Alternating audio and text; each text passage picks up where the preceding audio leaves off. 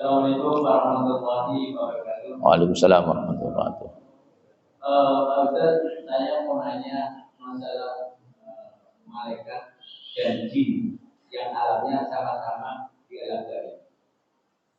Jadi malaikat itu bisa menjelma jadi manusia. Apakah jin juga bisa menjelma jadi manusia? Karena jin itu kan dukun itu menyembah jin. Apakah dikala si dukun itu menyembah itu menjelma di hadapannya itu gimana? Itu satu. Yang kedua, apakah malaikat juga itu meninggal atau juga bisa masuk surga? Itu urusan. Kemudian satu lagi gini, ada orang yang mau meninggal, itu kita tahu apa itu yang mendengar atau yang mengucapkan mulutnya atau hatinya. Assalamualaikum warahmatullahi wabarakatuh. Waalaikumsalam warahmatullahi wabarakatuh. Tanya tentang malaikat bisa merubah jadi manusia. Ya memang itu sudah, memang malaikat sudah jelas bisa merubah dirinya menjadi manusia. Dan itu sudah mutawatir, tidak ada perdebatan di kalangan ulama. Sahihnya mutawatir. Terus pertanyaan, apakah jin juga bisa menjelma jadi manusia? Ini kelebihan jin daripada kita. Dia bisa merubah diri, bukan hanya jadi manusia, jadi binatang pun bisa. Termasuk jadi ular hitam, anjing hitam. Dalam hadis, anjing hitam itu bagian daripada jin. Gitu loh. Jadi itu kelebihan daripada jin. Memang jin itu punya mantra.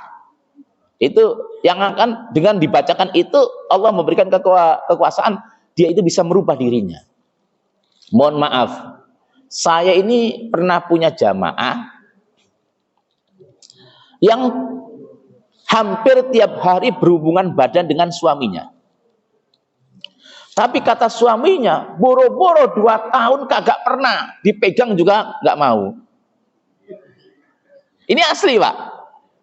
Ini cerita asli, jamaah saya sendiri. Kalau ketemu saya itu takutnya luar biasa. Kan biasa langsung pingsan. Kenapa? Jadi hampir tiap hari itu berhubungan badan dengan suaminya. Perasaan dia, ya kayak biasa, kayak berhubungan. Emang suami saya katanya gitu. Ternyata yang berhubungan dengan dia itu bukan suaminya tapi jin yang menjelma jadi suaminya. Dan ini beberapa kali, Pak, saya menangani pasien gitu. Iya, di Mampang juga pernah. Jadi itu berhubungan badan. Itu loh. Seperti itu. Ini kasus sering terjadi loh. Artinya apa? Jin itu bisa menjelma menjadi suaminya. Bahkan pernah kejadian suami sudah meninggal, dia datang kepadanya. Berhubungan badan karena dia kangen sama suaminya, dilayani. Ternyata itu jin yang datang. Nah, jin korin apa itu? Artinya apa? Jin itu bisa menjelma jadi manusia. Termasuk menjelma jadi saya. Makanya ada jin yang bagus. Contoh, bagaimana Syekhul Islam ketika di penjara, itu kan nggak bisa ngajar. Ternyata Syekhul Islam masih ngajar di majelisnya. Yang ngajar ternyata jin. Pernah kejadian di langitan. Itu Kiai Abdul Fakih itu sakit. Sakit, tentunya diliburin dong. Ternyata tiba-tiba datang Kiai Abdul Fakih, ayo ngaji, baca kitab, ngaji. Tapi ternyata Kiai Abdul Fakih itu di dalam rumah. Loh, yang ngajar tadi siapa? Kemudian tadi adalah jin-jin yang sudah lama ngaji sama beliau, tidak menginginkan majelisnya itu kosong. Termasuk Syekhul Ibnu Taimiyah nggak ingin jin itu, karena jin Muslim, nggak ingin majelisnya kosong, jadi jin yang ngajar. Makanya nanti misalnya saya meninggal ada yang kesini. Itu. Nah, ini nyata, ini memang kisah nyata, bukan cerita-cerita bohongan, bukan cerita dukun ya. Artinya apa? Ada jin yang bisa menjelma kepada manusia. Baik itu jin yang muslim maupun jin yang kafir. Karena memang jin ini kan ada yang kafir, ada yang muslim. Ada orang yang suka sodako, pernah itu sudah sodako. Ternyata itu dia fitnah, dia masuk penjara. Ternyata dia itu ternyata bisa sodako. Jadi orang itu masih menerima sodakonya lewat dia. Ternyata apa? Itu jin yang menjelma. Saking sayangnya jin sama dia, jangan sampai kebahagiaannya terputus. Ini kisah nyata. Artinya apa? Jin itu bisa menjelma wujudnya menjadi manusia. Kenapa? Saya sering didatangi jin berupa istri saya. Loh, percis. Nah itu gimana? Bukan istri saya. Artinya apa? Jin itu bisa menjelma. Makanya kan kita harus hati-hati. Kayak begini, Habib Lutfi kan pernah didatangi jin kan? Jin datang dari jauh untuk meminta ijazah ayat kursi. Ini kisah nyata, ini pernah disampaikan oleh Habib Lutfi. Habib, saya minta ijazah ayat kursi. Saya ini dari golongan jin, termasuk kiai-kiainya jin lah datang.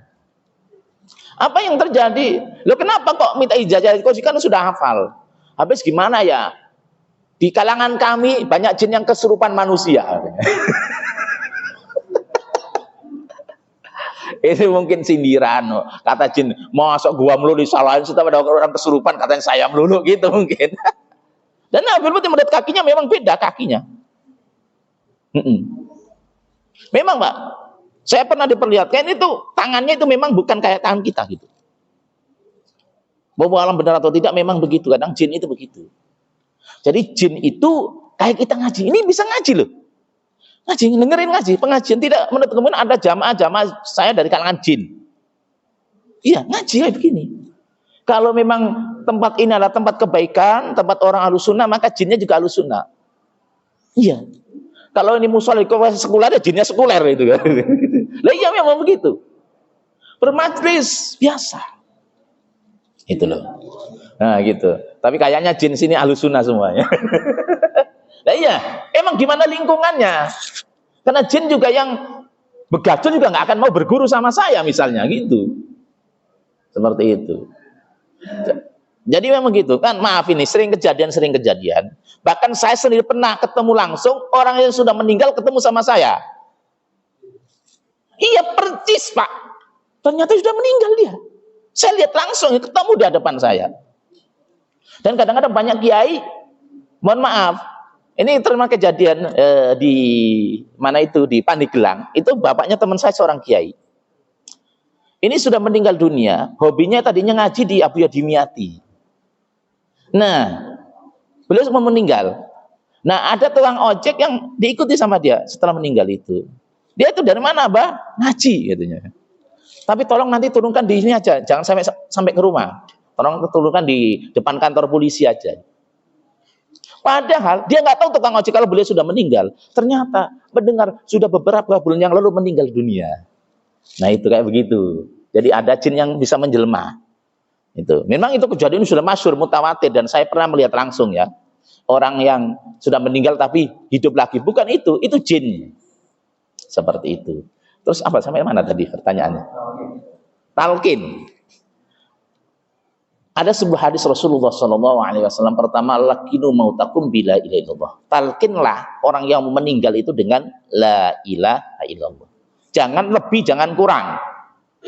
Orang kamu suka ngomong gini, kebanyakan Allah saja. Enggak, Rasulullah tidak mengajarkan begitu. Rasul mengajarkan lakinu mautakum bila ilaha illallah.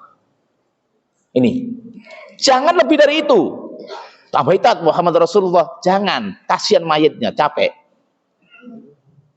Kok capek? Emang orang mau dicabut nyawa apa? Enggak sakit luar biasa. Sampai ngomong aku aja nggak bisa kok.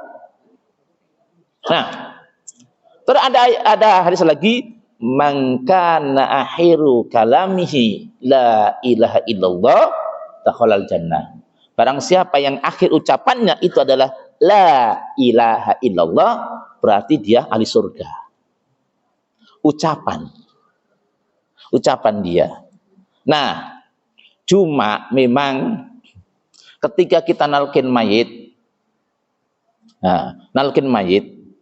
memang mohon maaf, ini pernah kejadian karena saya itu sering nafih mayit, dan ketika istri saya mau meninggal dunia, itu cerita, tolong nanti ditalkin ya.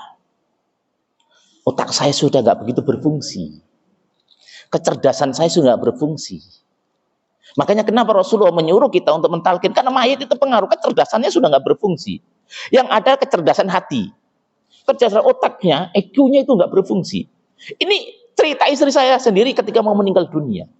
Padahal tak kira belum meninggal, ternyata beberapa waktu kemudian meninggal dunia. Tolong dipesan sama saya, tolong nanti talkin ya, ajarin saya. Karena otak saya nggak berfungsi. Yang benar, kenapa Rasulullah bahasin laki ini loh, talkin, ajarin dia, dikte dia dengan ucapan. Kenapa? Kecerdasannya udah nggak begitu berfungsi. Yang berfungsi itu iman, kecerdasan hati, ini yang berfungsi. Nah, ketika kita mentalkin itu di telinga kanan, tentunya dengan la ilaha illallah. Ini kisah nyata. Nah, ketika itu kita ajarkan terus. Yang paling bagus itu mengucapkan memang la ilaha illallah. Nah, kalau sudah mengucapkan jangan ditalkin lagi. Ketika mayit sudah mengatakan la ilaha illallah, jangan dihentikan. Kenapa? Itu mayit itu capeknya, sakitnya luar biasa. Dicabut nyawa itu. Lebih berat daripada, lebih capek, lebih sakit daripada dibacok 1000 kali pedang. Mayit itu merasakan hausnya luar biasa. Emang dikira nggak haus? Nggak percaya? Tunggu nanti. Iya memang gitu. Makanya kita ketika mayit sudah mengatakan la ilaha illallah, hentikan. Supaya apa? Akhir ucapannya adalah itu. Nah, kita tinggal nunggu aja itu. Kan begitu. Nah, bagaimana mayit ternyata nggak ngomong kan? Tadi husnudzon kita, mudah-mudahan hatinya mengikuti. Nah, ini husnudzon kita. Makanya Pak Tanuri nalkin orang 2 jam, ditanya sama anaknya, Pak, gimana Bapak saya kira-kira? Nar. Kenapa? Gak bisa ngomong lah, ya jangan. Siapa tahu itu hatinya ngikutin. Makanya minimal itu hatinya mengikutin. Karena apa? Ketika itu terjadi pertarungan yang dasar antara bisikan kita dan bisikan iblis. Iya memang. Ketika ada orang mati itu ada pertarungan yang dasar.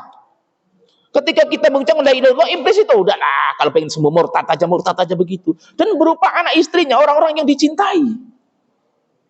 Makanya kita itu harus begitu talqin gitu loh. Nah, bagaimana ada saudara kita di ruang ICU yang nggak talqin? Ya mudah-mudahan kita kesulitan beliau bisa mengucapkan itu. Nah, gitu loh. Tapi memang idealnya memang kita tungguin dan kita baca talqin itu supaya ucapannya itu la ilaha illallah. Minimal hatinya itu mengikuti. Karena ada orang koma itu sudah nggak bisa ngomong apa-apa ya. Karena saya sering talqin begitu. Saya pernah talqin sampai 4 jam. Nggak berhenti-berhenti itu. Saking kasihannya ini supaya ini mayit ini, calon mayit ini bisa apa? Bisa selamat. Kesempatan kita untuk menyelamatkan ini terakhir kali di dunia itu. Nah iya toh. Nah kalau sudah mati paling doain kan. Tapi usaha kita untuk menyelamatkan dia terakhir kali itu. Nggak ada lagi udah kesempatan.